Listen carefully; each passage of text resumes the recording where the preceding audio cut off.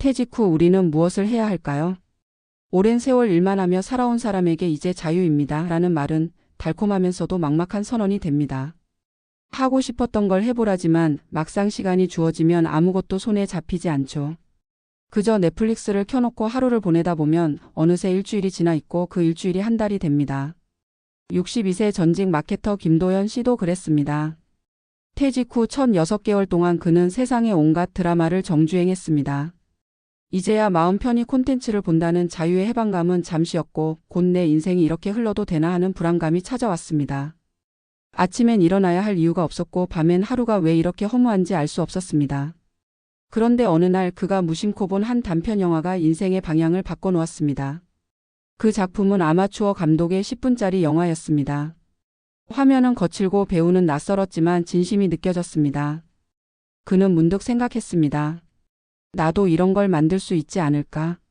그렇게 시작된 건 단순한 퇴직 후 취미였지만 결과적으로 그의 삶을 완전히 바꿔놓은 전환점이었습니다.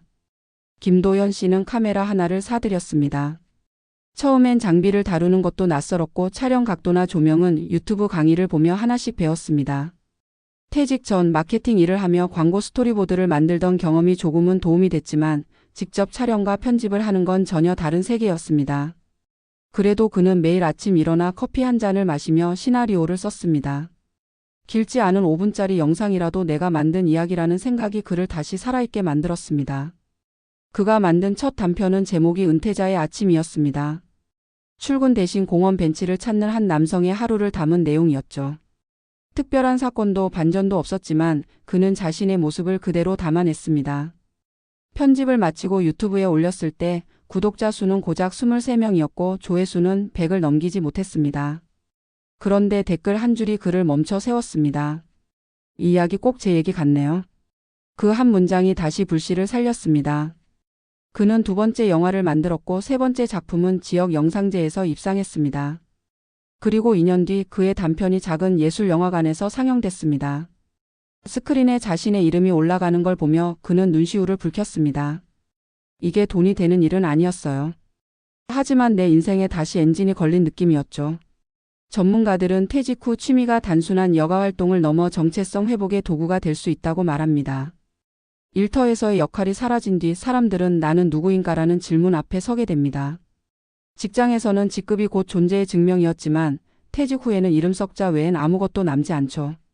이때 필요한 건 사회적 성공이 아니라 자신만의 무대를 다시 만드는 일입니다. 김도연 씨에게 그 무대는 영화였고 누군가에겐 그림, 글쓰기, 음악 혹은 봉사일 수도 있습니다. 중요한 건 결과가 아니라 무언가를 만드는 사람으로서 다시 써보는 경험입니다. 심리학적으로도 창작 활동은 우울감과 무기력을 극복하는 데 매우 효과적입니다.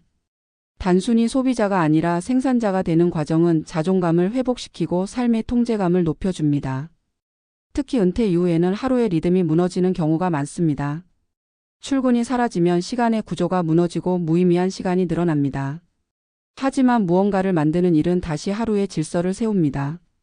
시나리오를 구상하고 촬영을 계획하고 편집을 마무리하는 일은 비록 작은 프로젝트라도 삶의 목적을 회복하게 합니다. 물론 그 시작은 쉽지 않습니다. 이 나이에 새로운 걸 배워? 이게 무슨 의미가 있을까? 하는 생각이 자연스럽게 들죠. 하지만 김도연 씨의 말처럼 의미는 결과가 아니라 시작하는 순간 생긴다는 사실을 잊지 말아야 합니다. 그는 자신에게 완벽한 작품을 만들라는 압박 대신 완성하는 기쁨을 허락했습니다. 처음부터 잘할 필요도 남보다 앞설 필요도 없습니다. 중요한 건 무언가를 해보는 용기입니다. 그의 아내는 처음엔 냉소적이었습니다. 영화를 만든다고요? 당신이? 하지만 몇 달 뒤 집 안 한 켠에 조용히 촬영 준비를 하는 남편을 보며 말했습니다. 당신 얼굴에 예전의 빛이 돌아왔네요. 그것이 김도연 씨에게 가장 큰 상이었습니다. 전문가들은 말합니다. 은퇴 후 삶의 회복력은 돈보다 몰입에서 나온다고. 매달 일정한 연금이 있어도 하루가 허무하다면 그건 생존이지 삶이 아니라고. 반대로 수입이 적어도 몰입할 수 있는 일이 있다면 그건 이미 두 번째 전성기의 시작입니다. 김도연 씨의 영화는 큰 상을 받지 않았지만 그는 분명 자신만의 무대를 다시 세웠습니다. 이 이야기를 들은 또 다른 은퇴자는 이런 말을 남겼습니다. 나는 김도연 씨의 영화를 보고 내 삶의 감독이 되기로 했습니다. 그 말처럼 우리는 모두 자기 인생의 감독이 될 수 있습니다.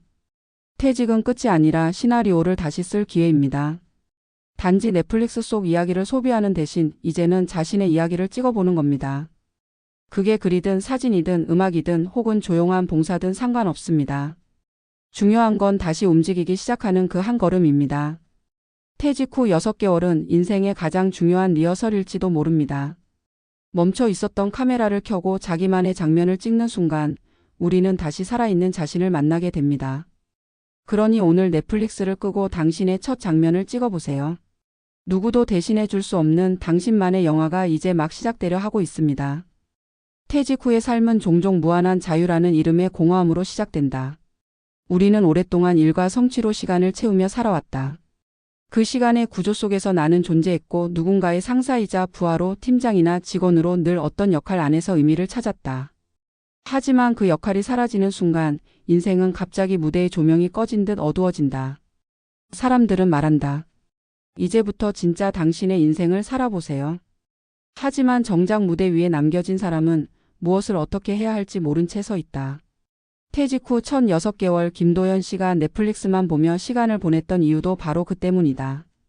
오랜 직장 생활이 끝난 뒤 그는 처음으로 자신에게 주어진 무한한 시간의 무게를 견디지 못했다. 누가 시키지 않아도 좋고 누가 통제하지 않아도 되는 자유는 때로 가장 잔인한 고립으로 변한다. 하루가 길어지고 그 길어진 시간 속에서 자존감은 조금씩 깎여나간다. 이때 필요한 건 시간을 소비하는 기술이 아니라 시간을 의미 있게 만드는 기술이다. 김도연 씨의 단편 영화 취미는 바로 그 기술의 발견이었다. 그가 카메라를 잡은 건 단순한 호기심 때문이었지만 그 안에는 무의식적인 회복 본능이 있었다. 인간은 본능적으로 자신이 유의미하다고 느껴질 때 살아있음을 실감한다. 직장에서의 의미는 성과와 평가에서 왔지만 퇴직 후에는 스스로 의미를 만들어야 한다. 이때 창작은 가장 강력한 회복의 도구가 된다. 그것이 글이든 영상이든 혹은 뜨개질이나 정원 가꾸기 같은 손끝의 작업이든 상관없다. 중요한 건 만드는 과정이다. 심리학에서는 이를 자기 서사 회복이라고 부른다. 퇴직 후의 우울은 단지 경제적 문제 때문이 아니라 삶의 이야기를 이어갈 서사가 끊겼기 때문이다. 김도연 씨가 시나리오를 쓰고 영상을 찍으며 느꼈던 기쁨은 단순한 취미의 만족이 아니라 자기 서사를 다시 읽는 행위였다. 그 과정에서 그는 다시 이야기의 주인공이 되었다. 흥미로운 건 이런 창작 활동이 노년기 뇌 건강에도 긍정적인 영향을 준다는 연구들이 잇따르고 있다는 점이다. 단순히 영화를 보는 것보다 영화를 직접 만드는 행위가 훨씬 더 높은 인지 자극을 제공한다. 계획을 세우고 장면을 구성하고 편집을 통해 결과물을 완성하는 과정에서 뇌의 여러 영역이 동시에 활성화된다. 무엇보다 중요한 건 이 모든 과정이 목적 있는 몰입을 유도한다는 것이다. 인간은 몰입할 때 가장 건강해진다. 나이를 불문하고 몰입은 삶을 다시 젊게 만든다. 김도연 씨가 말했듯이 카메라를 들고 거리로 나가면 마치 다시 현장에 복귀한 것 같았다. 그에게 퇴직은 인생의 마지막이 아니라 또 하나의 현장이었다. 다만 이번에는 성과가 아닌 의미를 위해 일하는 현장이었다. 은퇴 후 창작은 단지 예술의 영역이 아니다. 그것은 삶의 구조를 다시 짜는 일이다. 우리는 직장에서 프로젝트를 통해 살아왔고 그 프로젝트가 끝나면 늘 새로운 목표를 세웠다. 하지만 퇴직 후엔 그 프로젝트가 사라진다.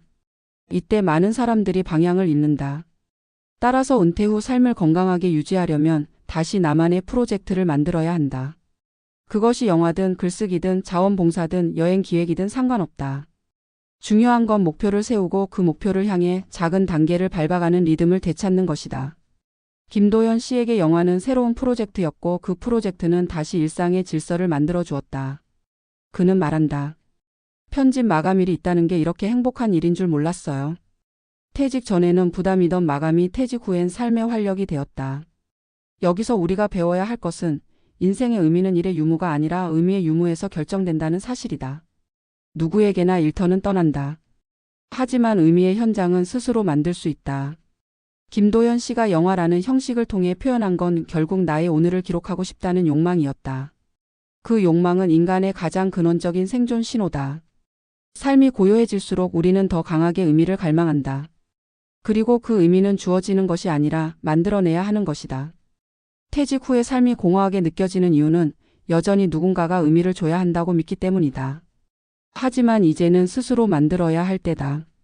이야기를 만드는 일은 결국 관계를 만드는 일과도 같다. 김도연 씨의 영화에는 가족과 친구, 이웃이 등장했다. 그는 촬영을 위해 오랜 친구에게 도움을 청했고 편집 과정에서 아들의 조언을 들었다. 그 결과 그동안 단절됐던 관계가 다시 이어졌다. 그가 말하길 영화를 만든 건 나였지만 그 과정에서 내 인생의 사람들을 다시 만났어요. 창작은 그렇게 혼자의 작업 같지만 결국 타인과의 연결로 확장된다. 인간은 관계 속에서 성장하고 관계 속에서 의미를 느낀다. 그래서 은퇴 후 진짜 위기는 경제적 고립보다 관계적 고립이다.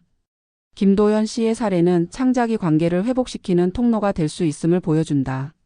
물론 모든 사람이 영화를 만들 필요는 없다. 하지만 모든 사람은 자기만의 작품을 가질 필요가 있다.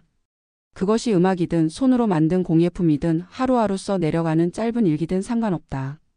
중요한 건 세상과 연결되는 방식이다.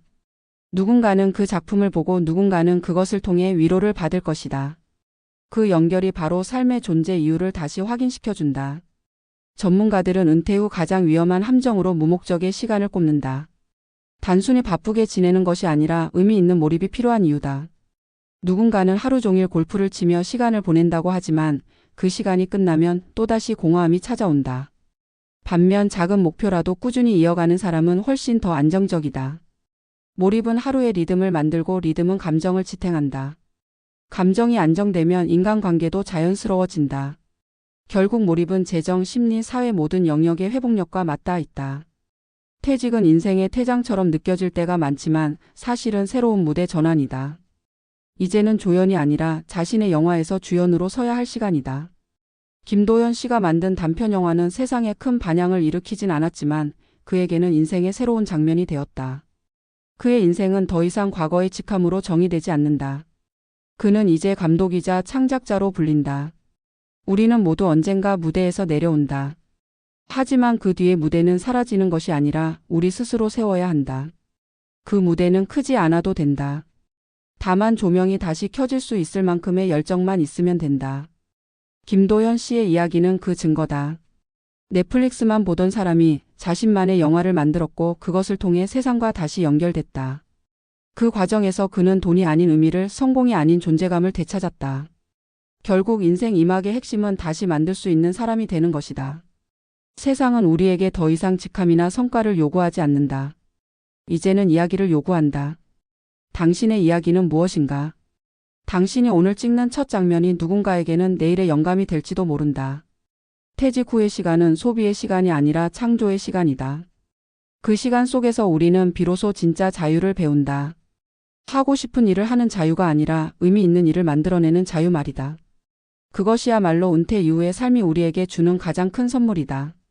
그리고 그 선물은 기다리는 것이 아니라 직접 만들어야 한다. 당신의 카메라가 무엇이든 오늘 그것을 켜라.